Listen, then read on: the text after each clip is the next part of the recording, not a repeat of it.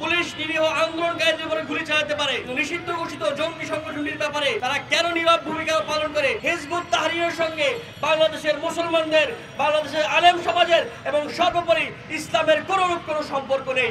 আজকে জুম্মার নামাজের পরে বাংলাদেশের জাতীয় মসজিদ বাইতুল মোকাররম থেকে একটি নিষিদ্ধ ঘোষিত জঙ্গি সংগঠনের মিছিল বের হয়েছে এবং সেই মিছিলের প্রচারণা আরো বেশ অনেকদিন আগ থেকে বাংলাদেশে চলছিল।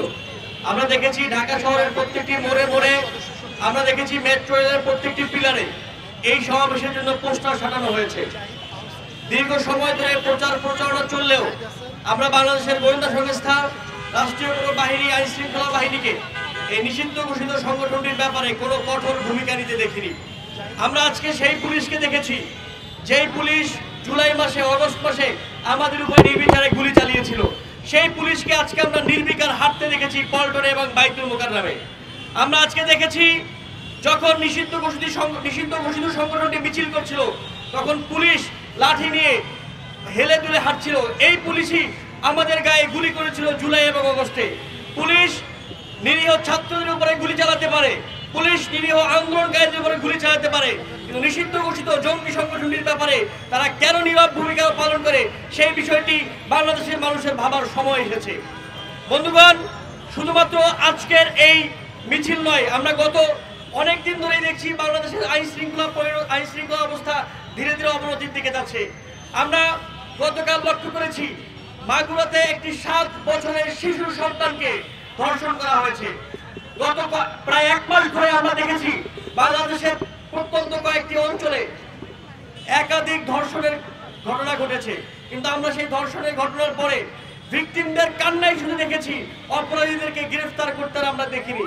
এই যে ধীরে ধীরে বাংলাদেশের আইন শৃঙ্খলা পরিস্থিতির অবনতি হচ্ছে, এই জন্য ইন্টারিম গভর্নমেন্ট দায়ী, এই জন্য বাংলাদেশের পুলিশ দায়ী, এই জন্য বাংলাদেশের গোয়েন্দা সংস্থা দায়ী। বাংলাদেশের ইন্টারিম গভর্নমেন্টকে, পুলিশকে, গোয়েন্দা বাহিনীকে বলতে চাই, যারা আমরা জুলাই মাস পার করে এসেছি তারা আমরা কোনো কিছুর সামনে মাথা নত করার অবস্থাতে নেই। জুলাই আমরা পার করে এসেছি পৃথিবীর কোনো কিছুকে পরোয়া করবার মতো, পৃথিবীর কোনো কিছুকে ভয় পেয়ে রাজপথ ছেড়ে যাওয়ার মতো অবস্থায় আমরা নেই। আমরা লড়াই করব। জুলাই আমরা নেমেছিলাম, 5 আগস্ট আমরা নেমেছিলাম নিজেদের জীবন দিব বলে।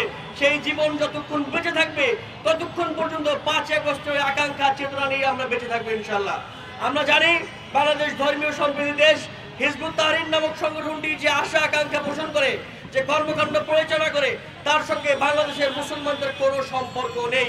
আমি আবারও বলছি, হিজবুত তাহরীরের সঙ্গে বাংলাদেশের মুসলমানদের, বাংলাদেশের আলেম সমাজের এবং সর্বোপরি ইসলামের কোনো সম্পর্ক নেই। তারা শুধুমাত্র বাংলাদেশের মধ্যে যে স্থিতিশীল পরিবেশ সেটাকে অস্থিতিশীল করতে চায়, গণঅভ্যুত্থানের আকাঙ্ক্ষাকে বানচাল করতে চায়। সর্বোপরি তাদের এই অরাজকতার মাধ্যমে তারা আওয়ামী লীগ এবং শেখ হাসিনাকে বাংলাদেশে আবার ফিরিয়ে আনতে চায়। আমরা আজকে রাজু ভাস্কর্য থেকে 1.5-3 ঘন্টা ঘোষণা করছি, আমাদের শরীরে 1 বিন্দু রক্ত ফোঁটা থাকা পর্যন্ত আওয়ামী লীগকে সুবিধা দেয়, শেখ হাসিনাকে সুবিধা দেয়, এরকম কোনো কার্যকলাপ সফল হতে দিব না ইনশাআল্লাহ।